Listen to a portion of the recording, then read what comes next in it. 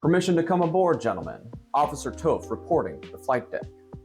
I thought I'd take the opportunity to make good use of my membership and submit a video comment for the first official episode ranking the Star Trek movies, this one being on the 1979 film Star Trek: The Motion Picture. This is a special occasion for me, as this is not only my first time watching this Star Trek movie, but this is actually my first time watching any Star Trek media in its entirety, unless you count Red Letter Media reviews of episodes that I haven't seen but enjoy their takes. So this is all fresh, a Nansbot gut reaction. Take it as you will. Let's get to it. Starting with the pros. Off the bat, you can certainly tell this is a post-Star Wars movie with its set designs, which are fantastic, ranging from the Federation base on Earth to the inner sanctum of V'ger's ship to, of course, the Enterprise itself. Acting performances across the board are well executed, with the main trio hitting their marks sufficiently, but special highlights going to Ilya's actress and her micro-acting to distinguish between her V'ger probe personality and the flashes of her original personality coming through while Decker attempts to get through to her.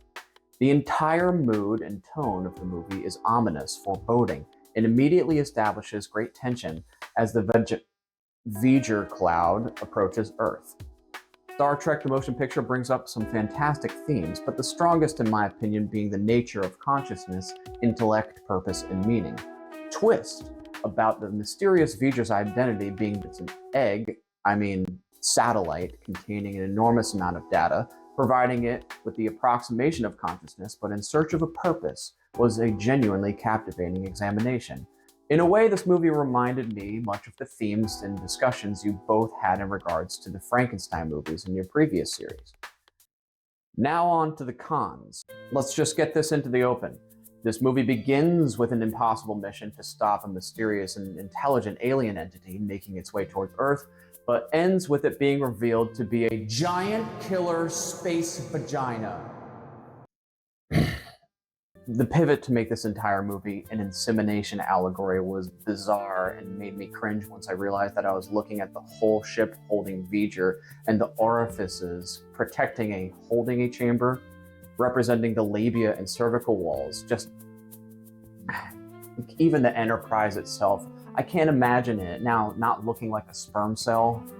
Other things that bother me was the pacing, particularly towards the beginning. We spend an inordinate amount of time waiting to get aboard the Enterprise. Scotty is taking his sweet time letting Kirk fawn over his beloved ship, while we in the audience are sitting in the lift listening to elevator music, waiting to get aboard. Some indulgent fanfare is certainly warranted to get the rest of us excited, but enough with the slow pan shots of the miniature guys. Let's get this show on the road. And this occurs in other places as well. The warp scene, the slow ascent over the uterine wall, I'm not even going to pretend at this point, and the psychedelic trip that Spock has when he flies through the fallopian tubes to absorb the information from the chromosomes. I feel like McCurdy watching Casino Royale and finding myself going... Finally, and this is the part that bothered me the most, there is a lot of wasted and misused plot threads and themes. Hey look! Kirk wasn't given the Enterprise back. He used this giant killer space vagina crisis to justify him regaining the captaincy of the Enterprise. The old captain isn't happy about this. I wonder if Decker is going to attempt to mutate. Oh, no, they're fine after the warp fiasco. Never mind. Uh-oh, Kirk is unfamiliar with the changes to the Enterprise and is rushing the crew to get underway, even though there are mechanical issues with the ship. It's going to malfunction and potentially get the crew hurt. Holy shit! 2 people were just horribly killed after a mechanical failure with the beam.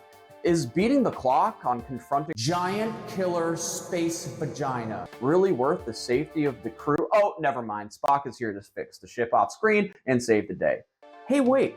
Why is Spock acting so strange and cold to everybody? Is he feeling guilty for something? Is he ashamed for failing his test thing? Is he hiding something? Nah, he's back to normal. An entire fleet of Klingon ships and a huge Federation station were obliterated by the giant killer space vagina's electric douche attack? What will the consequences be after this act of aggression? Who is this Ilya chick? What's this whole oath thing about? What about her and Decker's romance? Oh wait, there are pieces of old Ilya peeking through her programming? Can Ilya's soul be retrieved after being made a slave to execute Operation Galactic Orgasm?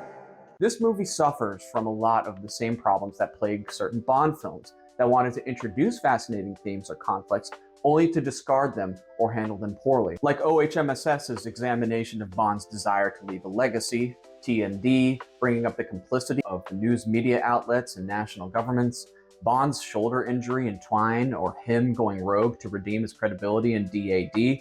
Your whole debate over Skyfall was over whether the themes of resurrection, old versus new ways, and Bond's childhood trauma were properly executed.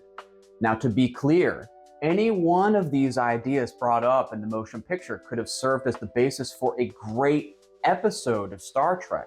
But as you guys know, just because you have the additional runtime of a movie doesn't mean you can cram too many ideas to pursue within the time allotted.